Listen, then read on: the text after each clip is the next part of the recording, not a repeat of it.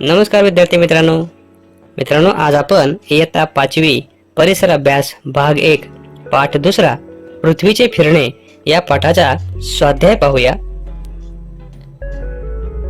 अमितला त्याच्या आजीला घेऊन ऑस्ट्रेलियाला जायचे आहे।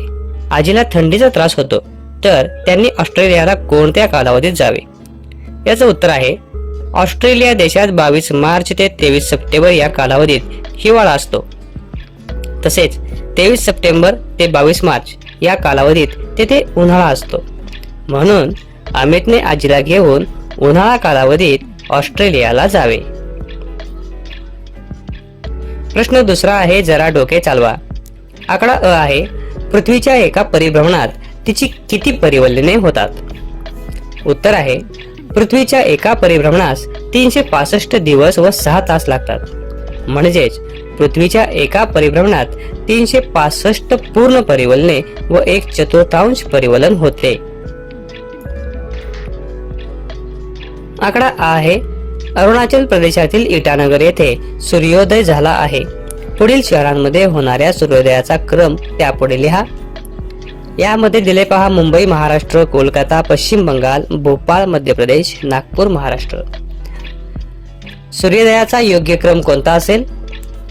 1 नंबर इटानगर अरुणाचल प्रदेश, 2 नंबर कोलकाता पश्चिम बंगाल, 3 नंबर भोपाळ मध्य प्रदेश, 4 नंबर नागपूर महाराष्ट्र आणि 5 नंबर मुंबई महाराष्ट्र। पुढील प्रश्न तिसरा, रिकाम्या जागी योग्य शब्द भरा। आकडा अ, पृथ्वीच्या स्वतःभोवती फिरण्यास टिंबटिंब म्हणतात। उत्तर आहे परिवलन। आकडा आ, पृथ्वीच्या सूर्याभोवतीच्या फिरण्यास टिंबटिंब म्हणतात। उत्तर आहे परिभ्रमण। आकडा ई आहे, पृथ्वीच्या परिवलनामुळे टिंबटिंब व टिंबटिंब होते। उत्तर आहे पृथ्वीच्या परिवलनामुळे दिन व रात्र होते। प्रश्न चौथा आहे, कशाला म्हणतात? आकडा अ आहे, पौर्णिमा। पौर्णिमा कशाला म्हणतात? उत्तर आहे चंद्राचा पृथ्वीकडील भाग पूर्ण प्रकाशित दिसतो, त्या रात्रीला पौर्णिमा म्हणतात। आकडा आ आहे, अमावस्या। उत्तर आहे चंद्राचा प्रकाशित भाग पृथ्वीवरून दिसत नाही, त्या रात्रीला अमावस्या म्हणतात।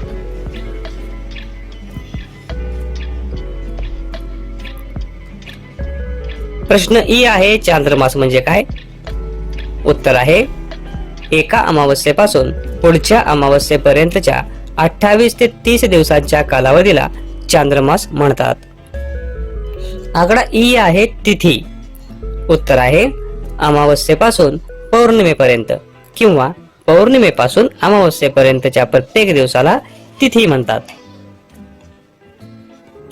प्रश्न 5वा आहे, प्रश्नांची उत्तरे लिहा। आकडा अ आहे, विषुववृत्त म्हणजे काय? उत्तर आहे पृथ्वीच्या पृष्ठभागावर दक्षिण व उत्तर ध्रुवांच्या मध्यावर असणाऱ्या काल्पनिक वर्तुळाला विषुववृत्त म्हणतात। आकडा आ आहे, विषुववृत्तामुळे निर्माण होणारे पृथ्वीचे 2 भाग कोणते?